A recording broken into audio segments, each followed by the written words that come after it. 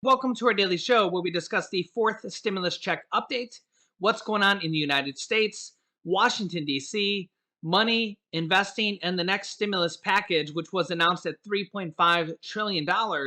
But Senator Joe Manchin is threatening to drastically reduce the size of that stimulus package. I'm going to give you the latest updates of that, as well as new details that are now coming out regarding that stimulus package and new tax increases on how they're going to pay for that stimulus package. And new details is coming out on the next stimulus package here pretty much every single day at this point, as we're in the final stages from the House and the Senate, and from Senate Majority Leader Chuck Schumer, Senator Bernie Sanders, who's in charge of the stimulus package, as well as Senator Joe Manchin, who is threatening to upend this entire stimulus package. And I'm going to be giving you new details in this video. So if you're new to the channel, make sure to subscribe down below. I will keep you up to date with the next stimulus package, as well as what is going on in our country. If you find these videos helpful, don't forget to hit the like button for us down below, and let's jump right in. Congresswoman AOC, Alexandria Ocasio-Cortez, made quite a statement last night for wearing a dress to the Met Gala that wore a dress that said, "Tax the rich." Check this dress out. Yeah, so here is the dress. You can see it says, "Tax the rich," right here on her dress. Wow, what a statement.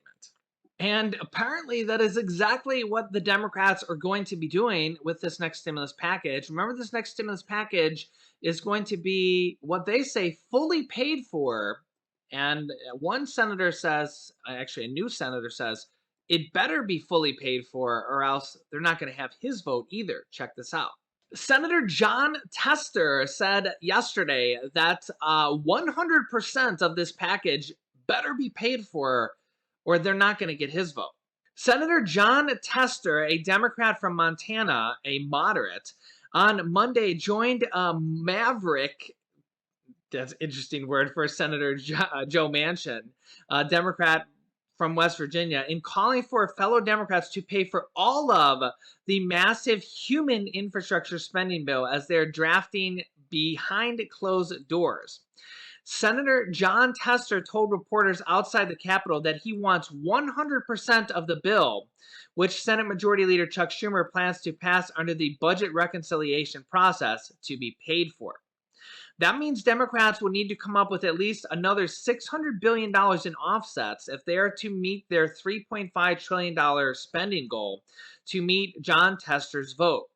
Quote, "I'm going to be looking at a couple things, where the money is going to be coming from, how it's being raised, and then how it's being utilized moving forward. We have a lot of work to do," says Jon Tester.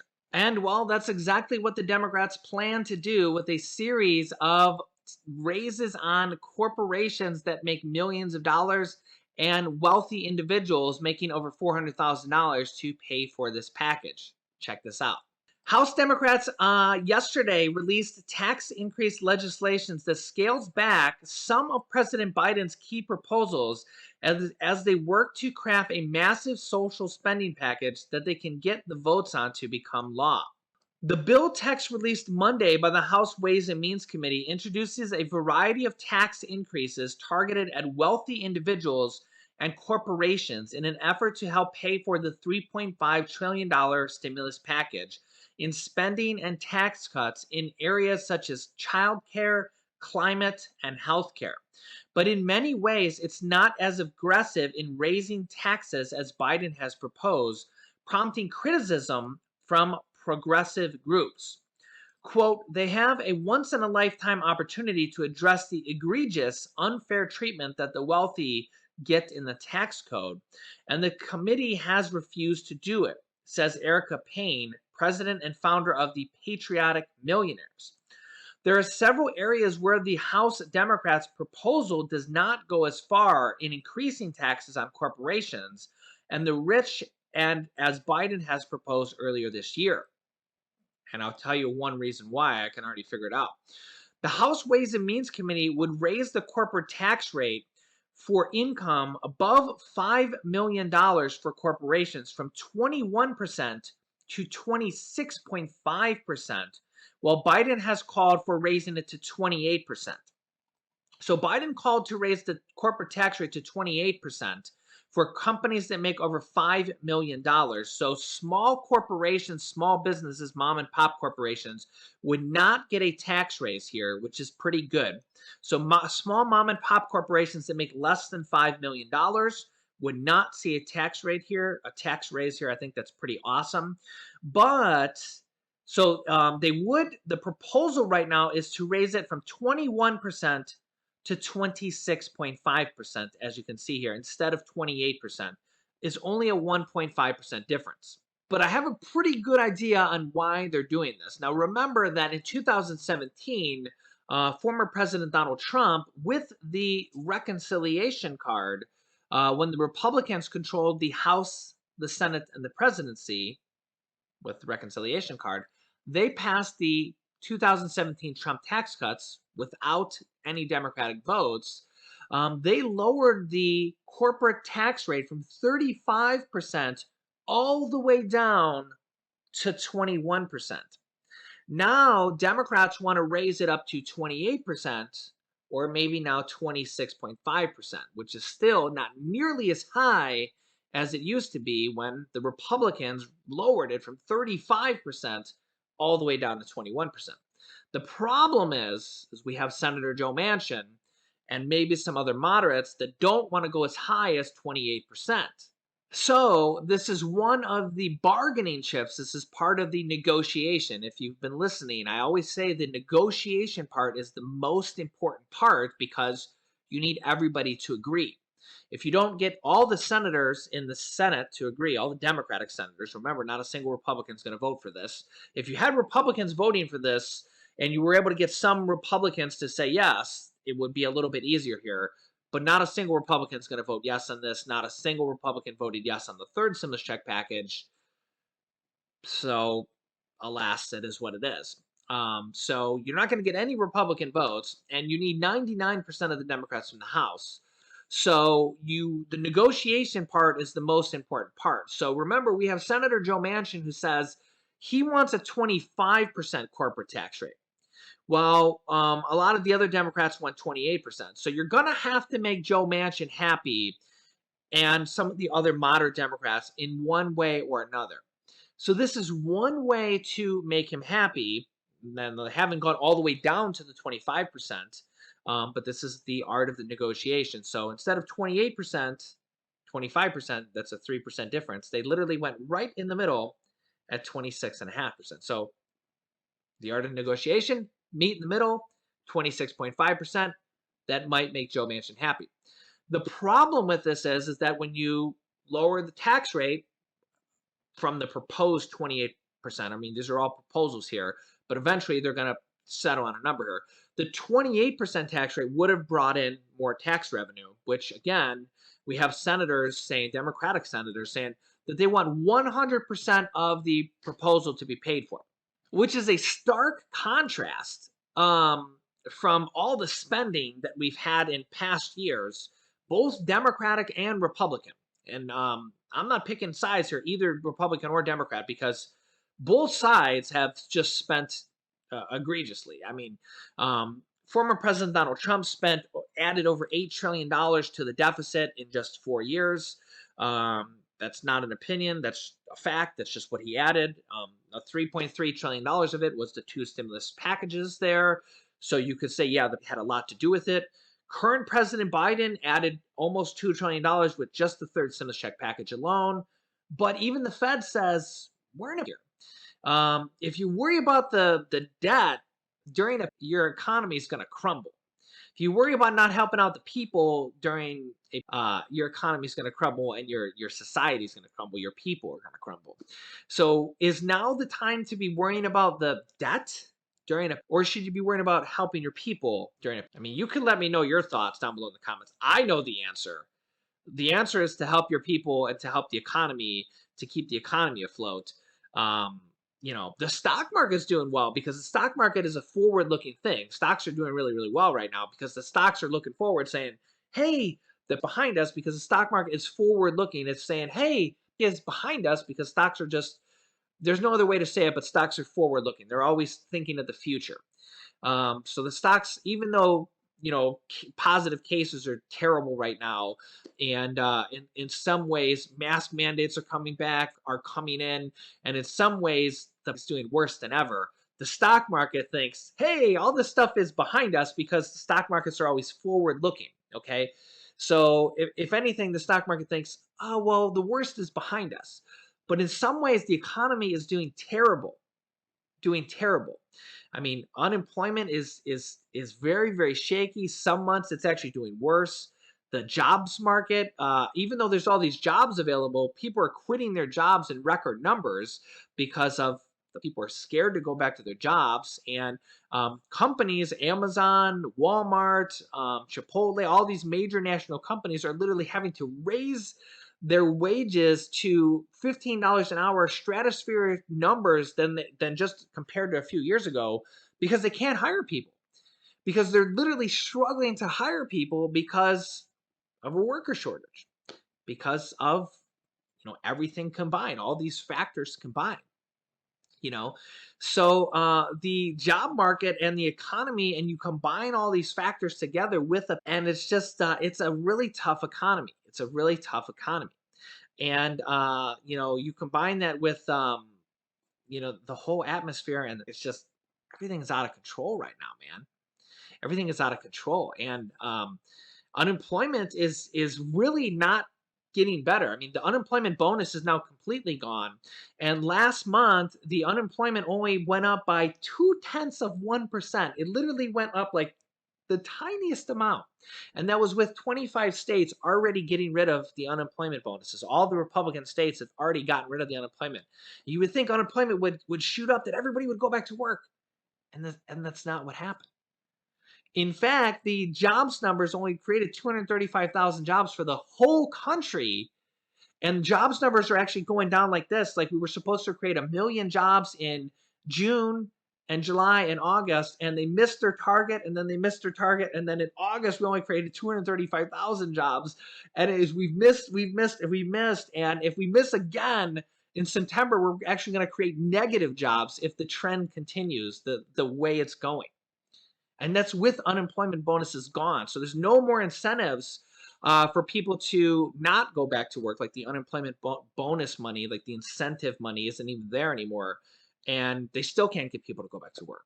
It's because the economy is terrible. It's terrible. And all these different factors are there. And these employers are giving people the highest wages they've ever been giving. I mean, all these companies are like at $15 an hour minimum wages now for their own like minimum starting wages, and they're still struggling to hire people.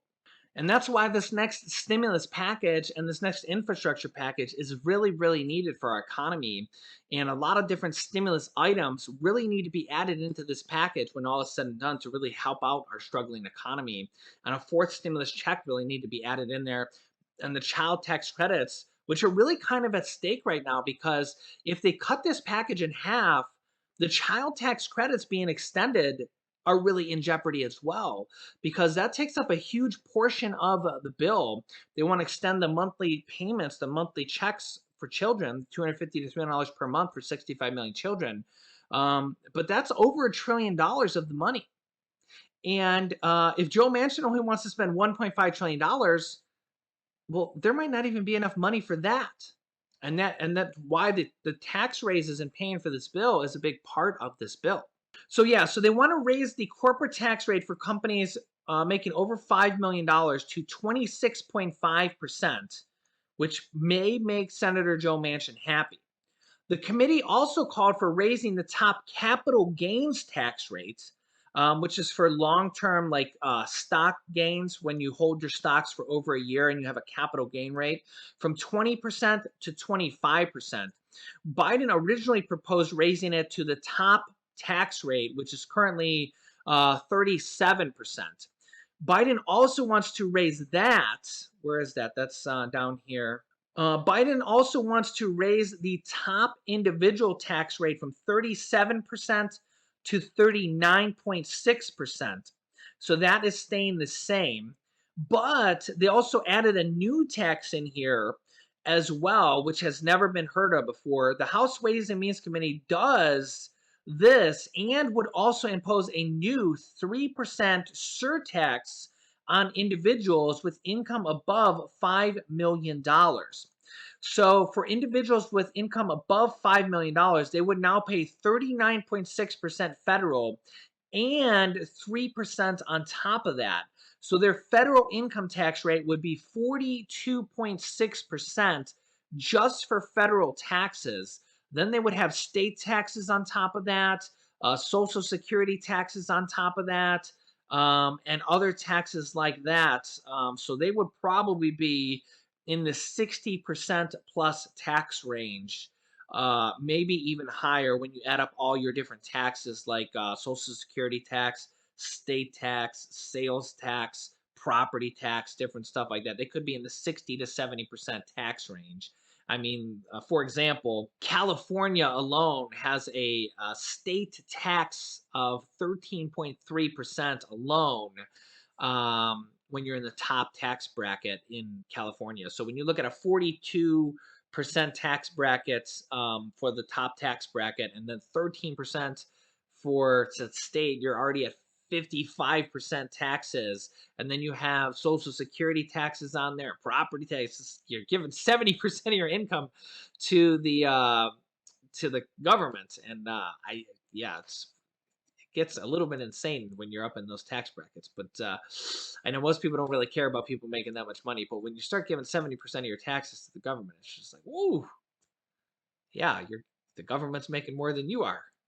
Both Biden and the House Ways and Means Committee also proposed with the IRS an additional $80 billion to strengthen tax enforcement and update technology with the IRS. White House Principal Deputy Press Secretary Karine Jean-Pierre called the legislation a first step. She said it advances Biden goals of cutting taxes for families. It'll be interesting to see what comes of that. Repealing former President Donald Trump's tax cuts for the wealthy and corporations. By that, they mean raising the taxes on corporations. A lot of people are saying that this will repeal taxes on the small and middle class. I haven't seen anything of that yet. We'll have to see. I will report on this if I see anything like that. And not raising taxes on families making under $400,000. So again, there are some Republicans saying that by repealing the 2017 Trump tax cuts, I don't know if they're repealing everything from the 2017 Trump tax cuts. Again, I'm not from either side, so if I see anything along those lines, I will definitely report on it. What I think they're repealing, and from what I've seen so far, again, I'd like to show you guys this in black and white so you guys know that it's true, what I see there. What I see that they're repealing is the corporate tax rate that was originally 35%, went down to 21%. Now they want to raise from 21% up to 26.5%. They're raising the individual top tax bracket from 37% to 39.6 or 39.7. They want to raise the capital gain long-term tax rate from 20% to 25%, the top tax bracket there, and then extra 3% on people making over $5 million. A couple different things there. So there will be more pieces and parts to this. I haven't seen anything that will raise taxes on people on low and middle incomes. If I see anything, I will definitely report on it. There is one more thing, the one change the Democrats are planning to make, and because this is some Democrats are demanding that this be in there, they won't vote for it, to the bill, is to add some type of change to the $10,000 cap on the state and local tax deduction known as the SALT tax, a limit that is strongly disliked by many lawmakers in high tax states such as New York, New Jersey, and California. But undoing the SALT cap is expensive, so lawmakers may need to find ways to raise additional revenue to offset the cost of any changes to the deduction limit. Or they may raise the cap limit to maybe $100,000 or something along those lines. This has some criticism because they say that it is a potential tax deduction for wealthy too, for millionaires, that they could get a deduction on this as well.